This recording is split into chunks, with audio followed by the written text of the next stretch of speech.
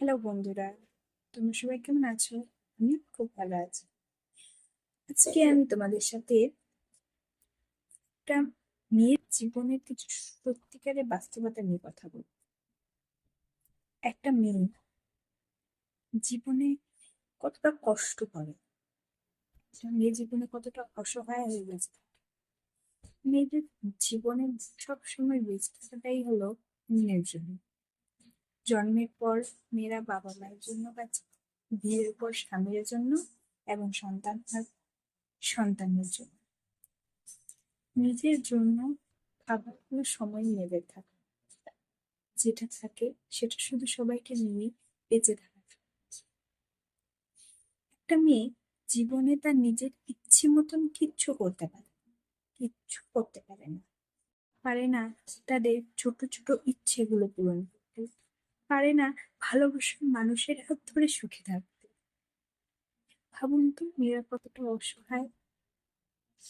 একটা মেয়ে যদি তার মা বাবার কথা মেনে চলে তাহলে মেয়েটি খুব লক্ষ্মী মেয়ে। আর যদি তাদেরই কথার অবাধ্য হয় তাহলে মেয়েটি খুব বদমাস, শয়তান। আবার যদি একটি মেয়ে তার ভালোবাসার মানুষের হাত ধরে চলে যায় তাহলে মেয়েটি তার ভালোবাসার মানুষটির কাছে খুব প্রিয়। আর যদি সে সেটি না করে তাহলে মেয়েটি স্বার্থপর, বেঈমান, প্রতারক, বিশ্বাসঘাতক, আরো কত কি বলে মানুষ। আচ্ছা, বলুন তো মেয়েরা করবে কি? ওদের মা বোনেদের শ্রদ্ধা, জানো, তোমরা তোমাদের মা বোনেদের আগে শ্রদ্ধা করো, তাহলেই বুঝতে পারবে যে নিজের বউকে অপমান করলে তার কতটা ক্ষতি হয়। কারণ তুমি যাকে অপমান করছো সেও তো কারো মেয়ে, বোন, কারো মা। আরে একটা মেয়ের জন্যই একটা ছেলে পৃথিবীতে আসা সম্ভব হয়। যে ছেলে তুমি ছেলে হয়ে একটা মেয়েকে অপমান করছো, তুমি কি ভুলে যাও যে সেই নারীর গর্ভে তোমার জন্ম?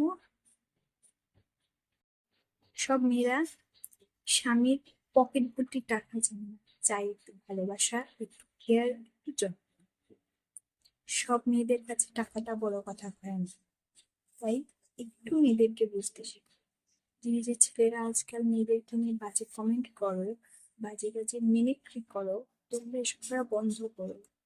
একটা মেয়েকে বুঝতে শেখো, মেয়েদেরকে সম্মান করতে শেখো। কারণ একটা মেয়ে একটা ছেলের জন্য নিজের জীবনটাকেই বলিদান করে দেয়।